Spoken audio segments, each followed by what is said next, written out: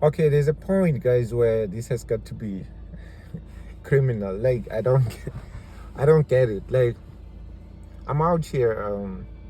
I was actually out here trying to make some extra money on the January 1st, New Year. So I'm off. I'm not working like anybody else. So I was out here trying to make some money on Uber, which I do like on a part-time basis. I usually do it mostly on weekends, sometimes during weekdays, maybe like for 2 hours on weekdays.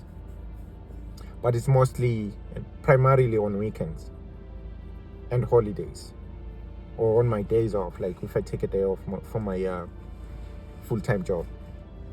So I'm out here working. It's snowing. It's cold today. I mean, it's not snowing now, but it was snowing in the morning, Edmonton. So like I'm out here driving, like looking at the orders, like, man, Uber is starting to be ridiculous. Like there's a point where this has to be criminal. Something has to be done to regulate this kind of thing. Like I feel like the drivers are not protected, like on the amount of money they make, like the pay, like this just like I feel like Uber just charges whatever they want, pays the drivers whatever they want. So how do you offer an order for $11 for a total distance driven of 45 kilometers?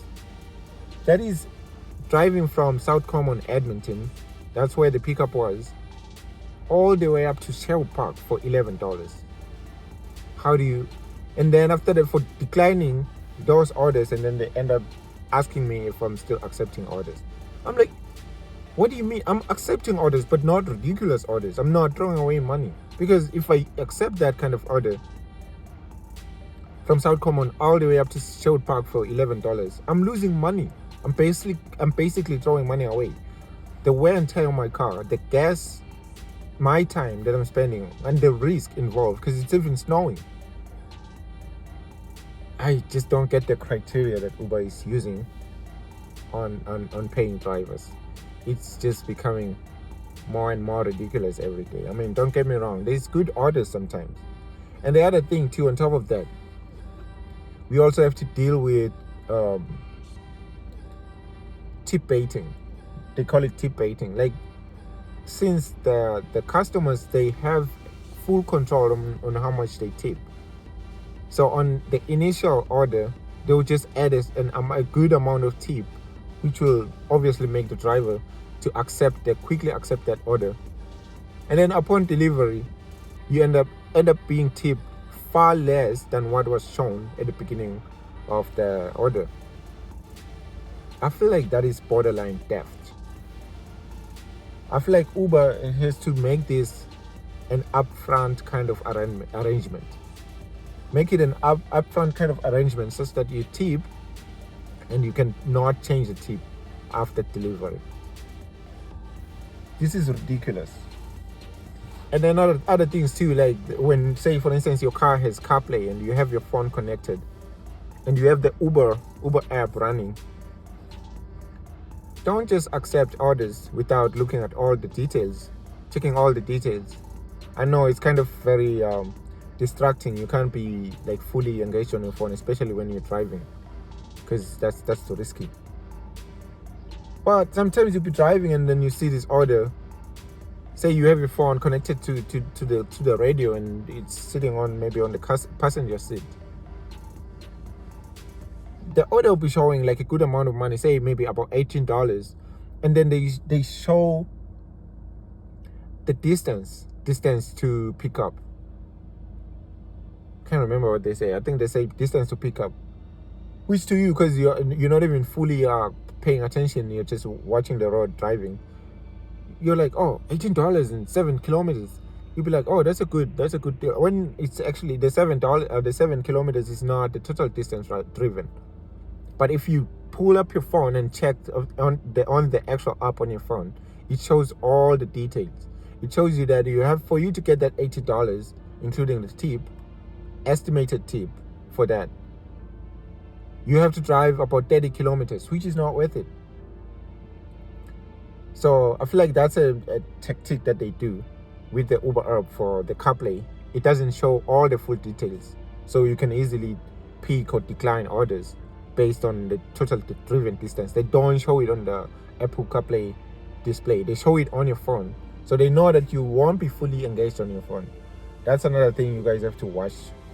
You have to watch that. You can't just accept all orders because you're gonna be throwing money away. Don't get me wrong. I mean, I've been doing this Uber thing for like maybe 3 months now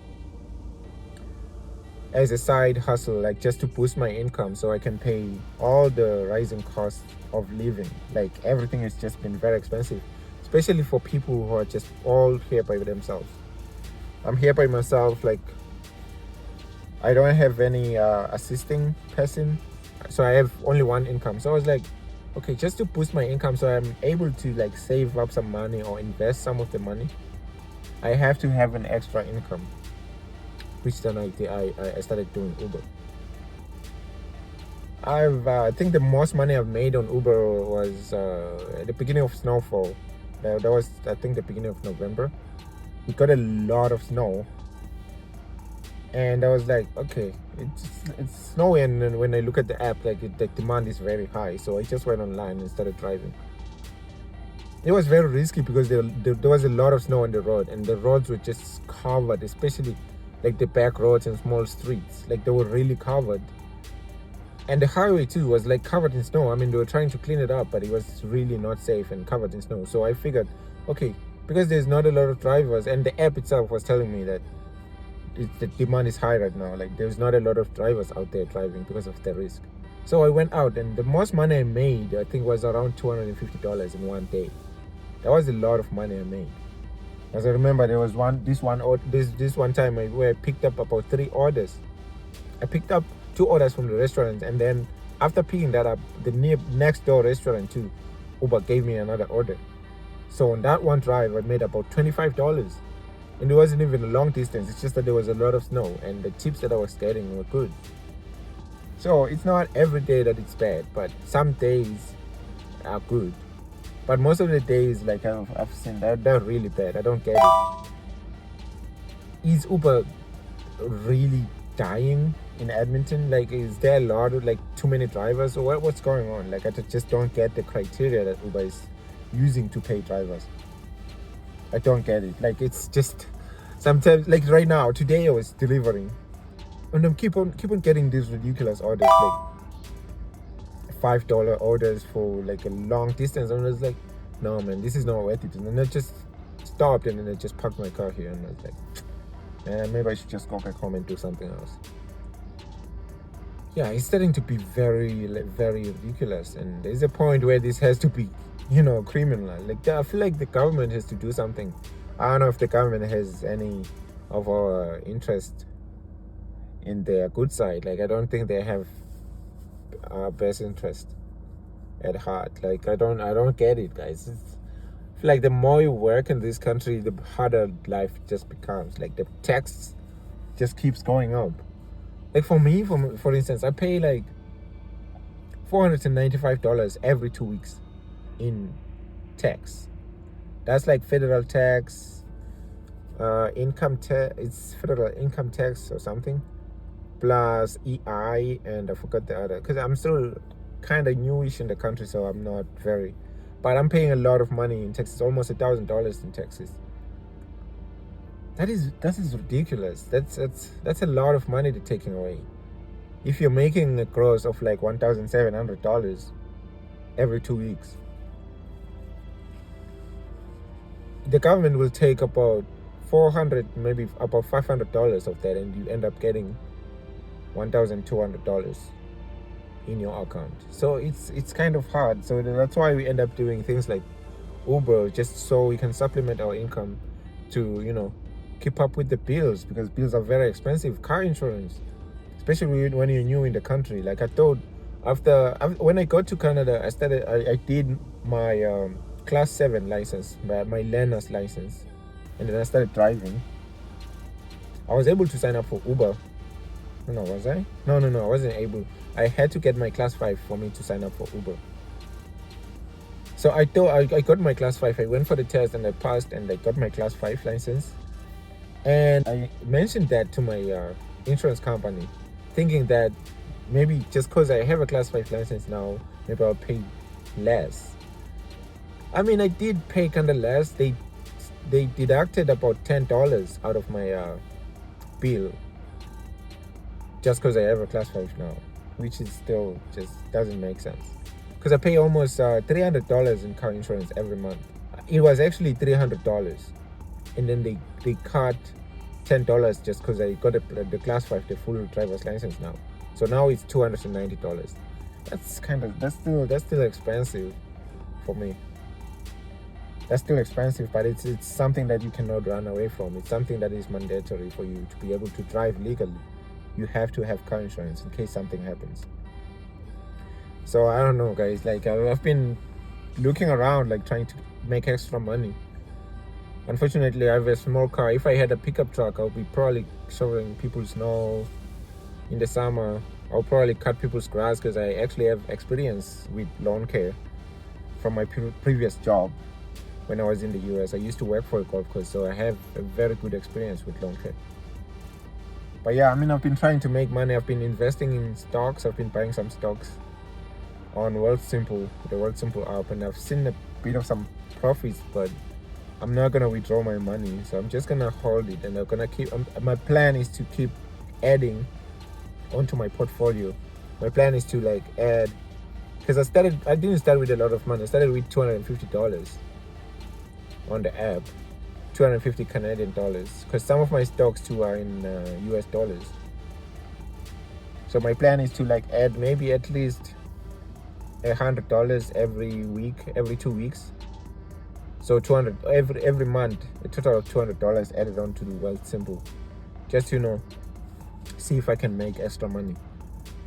Yeah, like with one income in Canada, it's very, very near impossible for you to survive. Like you might be able to pay all the bills, but you probably left with $10. What can you do with that? That's just living from like paycheck to paycheck. You have to have that supplementary income to your 9 to 5. Like you still have to have a 9 to 5, and then you have to have something additional to that. So it's kind of hard, guys. Anyway, I'm not trying to be very negative here, but the whole point of this video was just to talk about these ridiculous orders I was getting from Uber. But that's not gonna make me stop. I'm gonna keep grinding, guys. Like, let me know, guys, if you are doing Uber. Let me know how much you make in a day in Edmonton, if you're in Edmonton or any different similar city. Let me know how much you've made in a day in the comment section. Like, let me know if you have any tricks, guys, anything that you're doing as an immigrant, or even if you're not an immigrant, or if you relate to this kind of content. Please let me know in the comments. Please do subscribe to the channel if you like this kind of videos, and if you get any value from it, please do subscribe and give that video a like, guys. Thank you so much, guys. Peace.